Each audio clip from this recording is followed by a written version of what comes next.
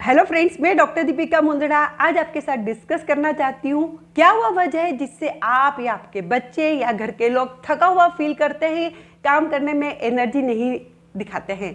तो चलिए वो जान लेते हैं वो मेडिकल कंडीशन जिससे थकावट होती है। ऐसा तो नहीं कि आप काम ज़्यादा कर रहे हैं, काम की अधिकता से या फिर नींद की कमी से या मानसिक तनाव से थका हुआ फील कर रहे हैं। तो मेडिकली अगर मैं बात करूँ तो खून की कमी या हीमोग्लोबिन का लेवल कम होना एक मुख्य वजह है जिससे थकावट होती है। भले ही आपका हीमोग्लोबिन लेवल 10 ग्राम हो, परंतु जो आयरन की कमी होती है या विटामिन B12 और फॉलिक एसिड की कमी होती है, उसकी वजह से मसल्स और आपके कार्डियक मसल्स में कमजोरी बनी रहती है। और ब्लड का मुख्य काम होता है कि इम्पोर्टेंट तत्व को, ऑक्सीजन को पूरी बॉडी में स्प्रेड करना, फैलाना, और ये अगर बराबर से नहीं होता है तो आपको दिन भर थकावट बनी रहती है। तो आप सिंपल टेस्ट करेंगे haemoglobin level, vitamin B12 level, और आप अपनी थकावट का कारण निदान कर सकते हैं। तो खून की कमी के बाद दूसरी मैं इंपॉर्टेंट वजह मानती हूँ वो है प्री डायबिटीज़। यस, डायबिटीज़ तो छुपी हुई बीमारी है ही सही, परंतु प्री डायबिटीज़ की वजह से भी बहुत थकावट बनी रहती है। प्री डायबिटीज़ की वजह से 5-5 साल तक लोगों को पता ही नहीं चलता है और बॉडी को कमजोरी आने लगती है, जैसे कि नस की कमजोरी आना, लीवर की कमजोरी आना, किडनी की और हार्ट पे इसके दुष्परिणाम होते हैं। तो प्री डायबिटीज़ को आपको इग्नोर नहीं करना है। सिंपल फास्टिंग ब्लड शुगर, खाना खाने के 2 घंटे बाद वाला ब्लड शुगर और HbA1c जो पिछले 3 महीने का आपका एवरेज शुगर बताता है, उसे टेस्ट करना है। प्री डायबिटीज़, डायबिटीज़, साथ में डायबिटीज़ के वजह से बहुत बार लोगों को शुगर का वेरिएशन होता है। शुगर का वेरिएशन मतलब एक रोज शुगर 70 या 100 के आसपास और दूसरे 4 घंटे बाद अगर शुगर आपकी 300 तक हो रही है, तो ये भी एक वजह है जिससे आपको थकावट होती है।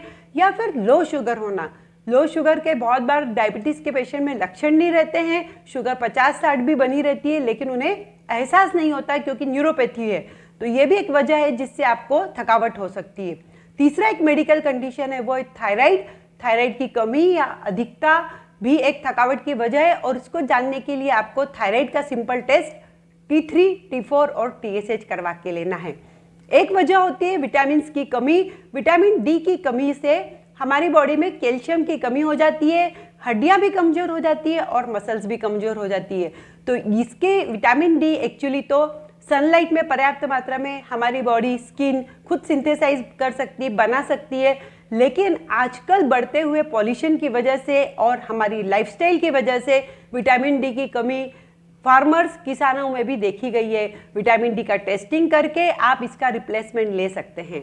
साथ में कुछ स्मॉल तत्व होते हैं जैसे कैल्शियम और मैग्नीशियम की डिफिशियंसी, इसके लिए आप ड्राई फ्रूट्स और सब्जियों का सेवन करेंगे। कैल्शियम की कमी को दूर करने के लिए दूध के प्रोडक्ट्स, मलाई निकाल के लेना दूध का बहुत ज़्यादा इम्पोर्टेंट रहेगा। स्लीप की कमी, अगर आपको डिस्टर्ब स्लीप हो रही है तो भी एक वजह है, क्योंकि स्लीप आजकल का स्लीप एपनिया या स्लीप एमनेजिया जो प्रॉब्लम है उसकी वजह से बहुत सारे हार्मोनल इम्बैलेंस देखे गए हैं।